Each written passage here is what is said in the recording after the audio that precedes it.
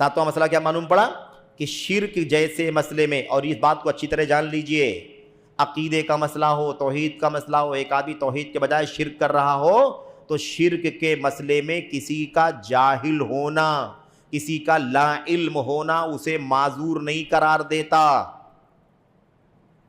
بات سمجھ میں آگئی کہ نہیں آگئی؟ معاملہ شرک کا ہے، عقیدے کا ہے، توحید کا ہے۔ ایک آدمی اگر شرک کا کام کرتا ہے، شرک اکبر کرتا ہے، شرک اصغر کرتا ہے، تو اسے یہ کہہ کر کے نہیں چھوڑا جا سکتا کہ جاہل ہے، نادان ہے، نہیں معلوم تھا اس لیے اس کی بخشش ہو جائے گی۔ نہیں، شرک کا مسئلہ ہے نا، شرک کے معاملے میں جہالت کی بنیاد پر کوئی معذور نہیں ہو سکتا۔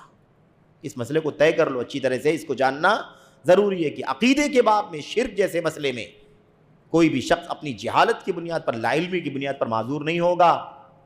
یہ خطرناک مسئلہ ہے، خطرناک مسئلہ ہے۔